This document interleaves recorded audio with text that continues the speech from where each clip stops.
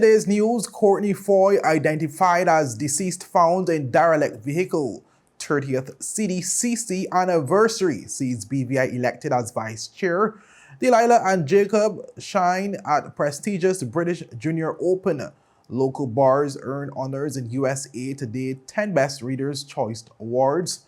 And BVI Cancer Society warns public about WhatsApp scam. Viewers, these and many more stories when 284 News return. Rashford made it. Manchester United have come from behind to lead. At home or on the go, watch CCT Live. Download our app and carry your favorite TV shows, news, or live sports anywhere you go. Visit cctbvi.com/live, select your package, and tune in. That's just not cricket.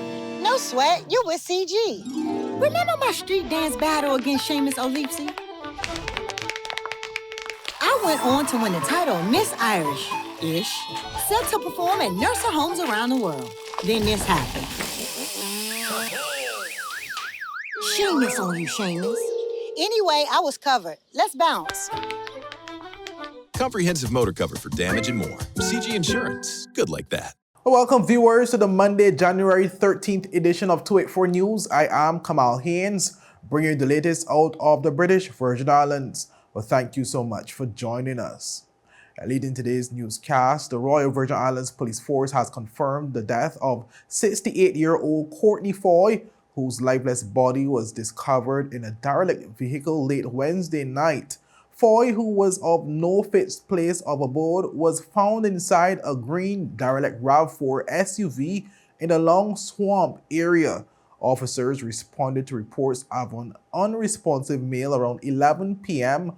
Upon arrival, they found Foy dressed in a blue plaid shirt and short blue jeans. He showed no signs of life and was pronounced dead at the scene. But the Royal Virgin Islands Police Force noted that there were no signs of violence or suspicious markings on Foy's body. Investigations are ongoing to determine the circumstances leading to his death. The police has urged everyone or anyone with information related to the incident to come forward by contacting 368-9339 or the non-emergency line at 311. But the police extended its condolences to the family and friends of Foy. Moving on, viewers, the British Virgin Islands was recently elected vice chair of the Caribbean Development and Cooperation Committee at its 30th session and anniversary. The meeting with esteemed representatives from the region was held in Trinidad and Tobago, and representing the territory was BVI's Special Envoy, Mr. Benito Wheatley. He delivered remarks on behalf of the Virgin Islands. Madam Chair, let me first congratulate you on assuming the chair of CDCC. I am honored to serve as a vice chair under your leadership and pledge my full support to you over the course of your term. I would like to express my gratitude to the delegations present for your confidence in the BVI to serve as a vice chair on this committee. I also extend congratulations to fellow vice chairs St. Lucia and Jamaica, and also to St. Kitts and Nevis, our rapporteur.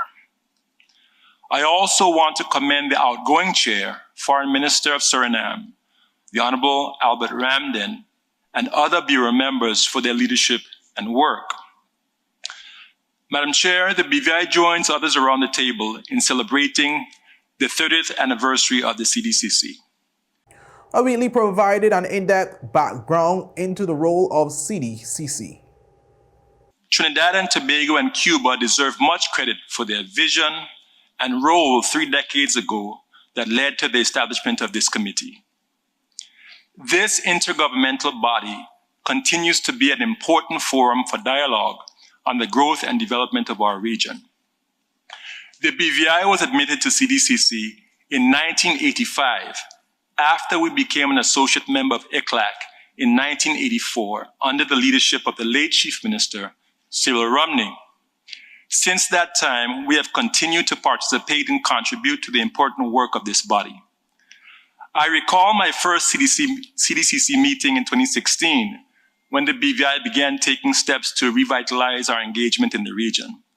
It was the 26th session of CDCC held in St. Kitts and Nevis. We were meeting for the first time since the adoption of the Sustainable Development Goals.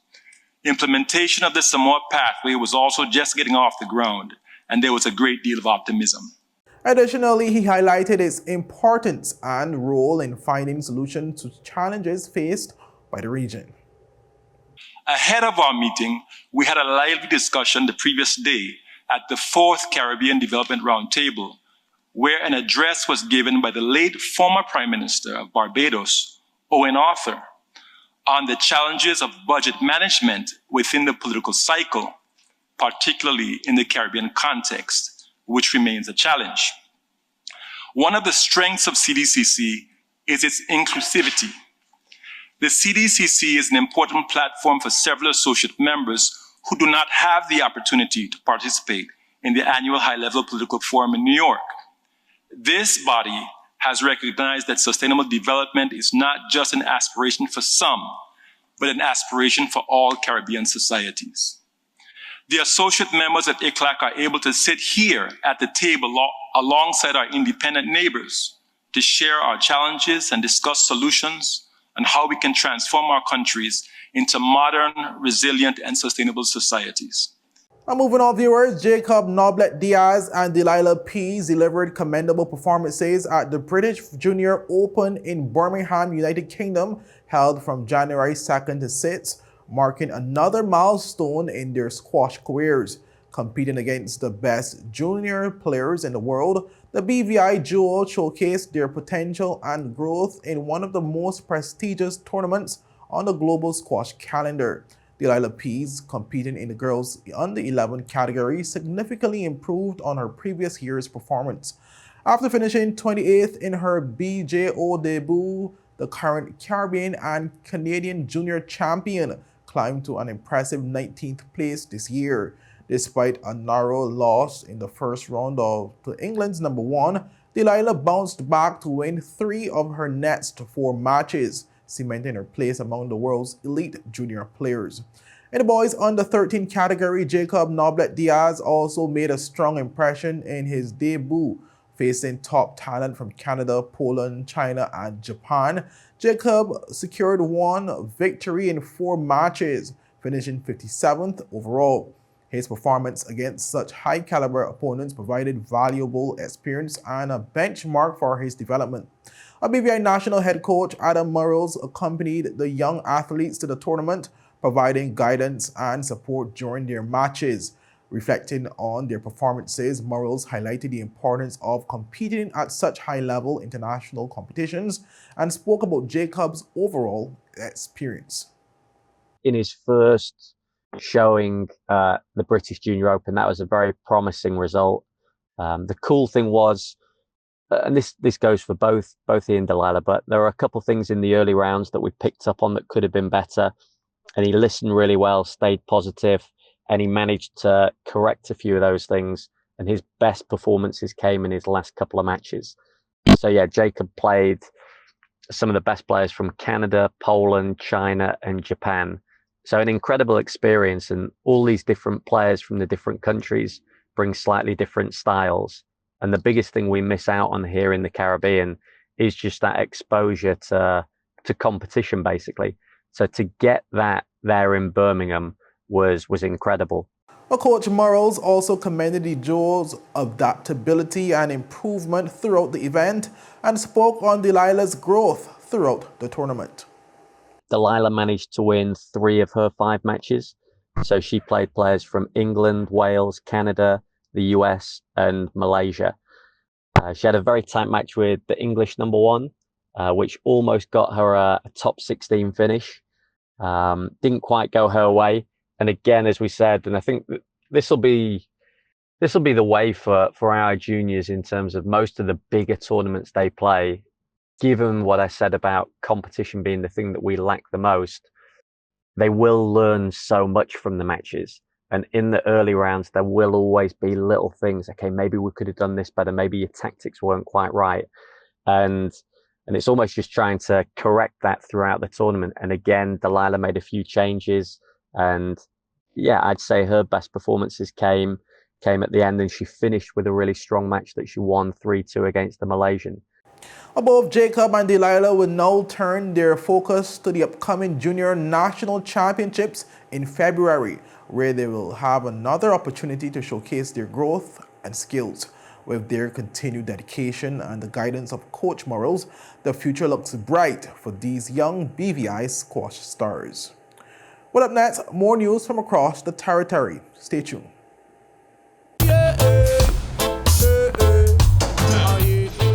Father Jesus, that line here long like church service.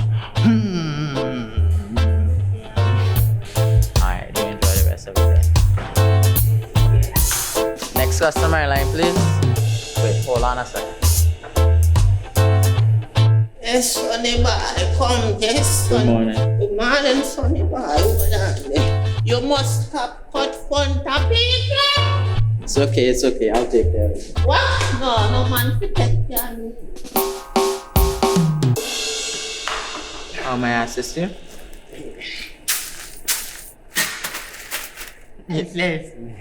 You want top of power? You want top of power? Join the prepaid party with CCT and enjoy more affordable data plans, more top-up promotions, more savings with hero bundles, and more value for your money each and every Tuesday with Top Up Turn Up Tuesday. Visit a CCT store today or anywhere CCT Top Up is sold and top up your phone. 5, 10, 15, 20, 25, 30. You want top of power? Just give me my service. Yeah! Just give me my service. Just give me my service. Make the switch to CCT and get connected today. Unlimited talk, text, and data. Visit any CCT store or call us at 444-4444. CCT, Life Unlimited. Welcome back, viewers. The British Virgin Islands continues to shine as a premier travel destination, earning high honors in the USA Today 10 Best Readers' Choice Awards 2025. The renowned Soggy Dollar Bar clinched the title of #1 Caribbean beach bar, while Hendo's Hideout and Poor Man's Bar secured impressive spots at #4 and 5 respectively. Adding to the accolades, the historic Colwood Rum Distillery and Arundel Cane Rum ranked as the 4th best Caribbean rum in 2025. This recognition underscores the BVI's exceptional hospitality, worldwide establishments, and rich cultural heritage. It also follows the territory's inclusion in the prestigious New York Times 52 Places to Go in 2025. Commenting on the awards, Clive McCoy, Director of Tourism for the British Virgin Islands, expressed his delight, noting that the BVI is proud to have 3 of its iconic beach bars recognized among the best in the Caribbean, a region celebrated for its vibrant bar scene. He said these establishments, along with their dedicated teams, have played a significant role in enhancing the BVI's reputation by delivering exceptional experiences to visitors. He extended a heartfelt gratitude to the readers who voted and continue to support the Virgin Islands. But the USA Today 10 Best Awards celebrate excellence in destinations, attractions, hotels, restaurants, and travel-related categories worldwide.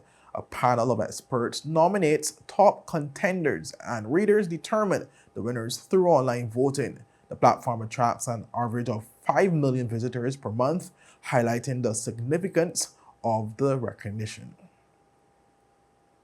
Moving on, viewers, the BVI Cancer Society is alerting the public to a scam targeting community members via WhatsApp. Reports indicate that scammers are impersonating the organization, falsely inviting individuals to Zoom calls and making fraudulent claims about fundraising events, including their popular bingo events.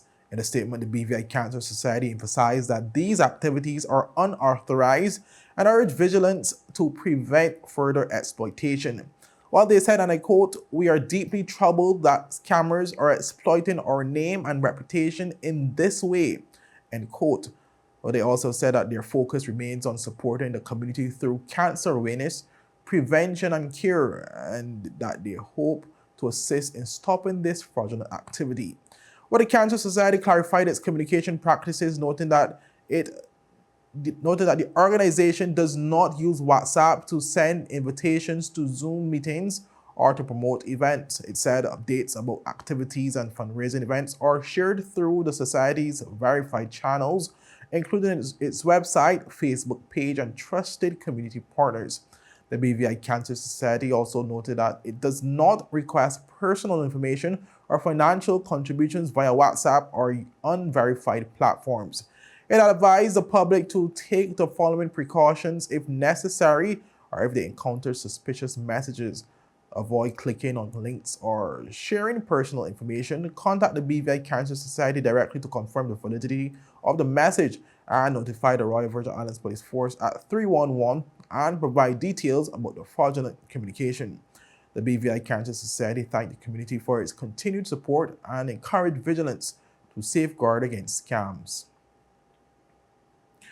Well, stylists, entrepreneurs, and creators in the hair industry are invited to kickstart their 2025 with inspiration and purpose at the Roots to Mastery Learn and Brunch hosted by Janice Mills of the Janice Mills Hair Academy. Set for Sunday, January 19th, 2025, this unique brunch promises more than just delicious bites. Mills said attendees will engage in goal setting for the new year, gain clarity on their entrepreneurial visions, and expand their professional networks in a relaxed and empowering environment. The event caters to new, current, and seasoned stylists, hair industry professionals, sales representatives, and bloggers and content creators. The Janice Mills Hair Academy, part of Marquee Hair Clinic, offers a comprehensive educational platform aimed at helping stylists of all levels achieve mastery. Mills described the brunch as an extension of this mission. The Roots to Mastery brunch, hosted by Janice Mills Hair Academy of Meraki Hair Clinic, is a celebration of professional growth, creativity, and mastery in the hair industry. This brunch is more than just a gathering. It's an opportunity to connect with industry leaders and gain knowledge that will refine your skills and broaden your horizons. The event focuses on the core values of building strong foundations and embracing continuous learning, which are essential for achieving excellence in the beauty industry. It's a space to celebrate your passion while gaining practical insights and inspiration to take your career to the next level. Whether you are starting out or looking to perfect your skills, the Roots to Mastery brunch is the perfect platform to invest in yourself and your craft. Meet like-minded individuals, learn from industry veterans, and be a part of a community that celebrates growth and innovation. Attendees can expect a blend of education, inspiration, and community, leaving with actionable plans and a sense of empowerment to make 2025 their most successful year yet. Tickets are expected to go quickly for this highly anticipated event, so aspiring attendees are encouraged to reserve their spots promptly by making their reservation online or by contacting 547-6849 by Tuesday, January 14th. Well, up next, viewers, regional and international stories. Stay tuned. Hello and welcome to today's episode of Pop the Balloon or Find the Connection. Let's meet our first contender, ladies. Okay, Joey, so do you have any toxic traits? I'm very restrictive. I don't give more time. What you get is what you get. I don't like to give unlimited time. That's it. Okay. Can you tell us why you popped your balloon? That's a little too restricted for me. Thank you for coming. Okay, ladies, so let's meet our second contender. Sorry, excuse me. Why did you pop a balloon? I could give you minutes, data, unlimited call, overseas call, fiber. What else you need? My friend used to date you. You are scam. She used to pay for everything and more. Nothing to offer. Okay, ladies, let's welcome our last contender. You look nice. Can you tell us your name? Thank you. My name is Christian Charles Thomas. They call me C Sweetie. What do you have to offer these ladies? Well, security, trust, unlimited time, and it pretty fast. Okay, so do you have any deal breakers? Nah, but here's my number. 444-4444. Y tú, vida ilimitada. Okay, guys, so no pop balloons. For a fast, reliable, and secure connection for your personal or business life, call us at 444-4444 or visit any of our CCT stores and we'll get you connected with the perfect match for you. Welcome back, viewers, and thank you so much for sticking with us. Well, the United States Virgin Islands Department of Sports, Parks, and Recreation Commissioner Calvert White has resigned amid federal allegations of bribery and bid manipulation involving a $1.43 million security camera contract. Governor Albert Bryan Jr. announced the resignation, naming Assistant Commissioner Vincent Roberts as acting head of the department. Federal prosecutions allege that White demanded $16,000 in bribes from the Mon Ethos founder, David Whitaker, in exchange for favorable treatment during the bidding process. The indictment claims White provided insider information about competing proposals and coached Whitaker on his company's bid. According to reports from the VI Consortium, who broke the story, White met with Whitaker and government contractor Benjamin Hendricks to discuss the bid, allegedly advising that the less evidence you have, the better you'll be. In accepting the resignation, Bryan acknowledged White's service since the start of the Brian Roach administration, while emphasizing his commitment to the department's continued progress. The case remains under federal investigation.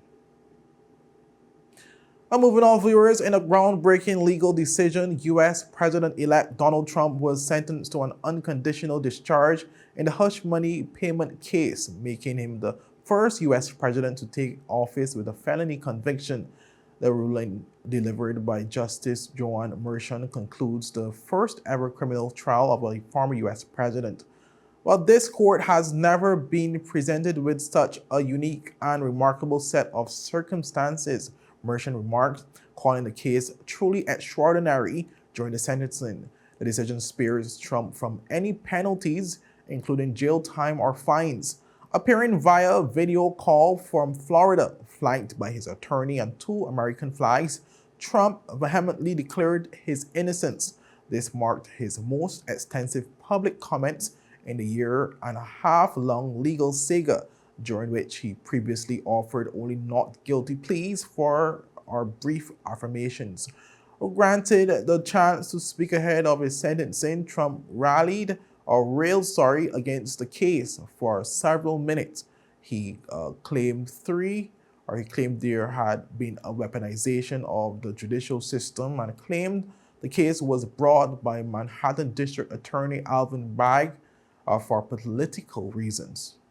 This has been a very terrible experience. I think it's been a tremendous setback for New York and the New York court system.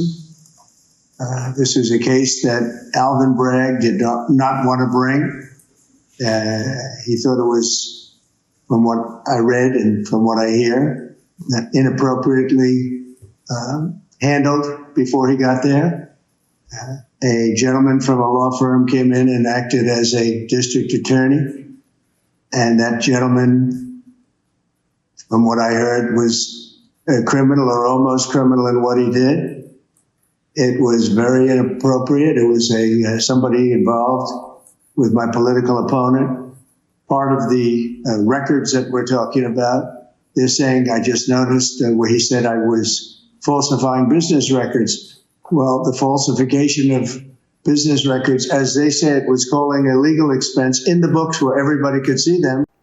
Well, the trial revolved around allegations that Trump orchestrated hush money payments during his 2016 presidential campaign, a move prosecutors argued violated campaign finance laws.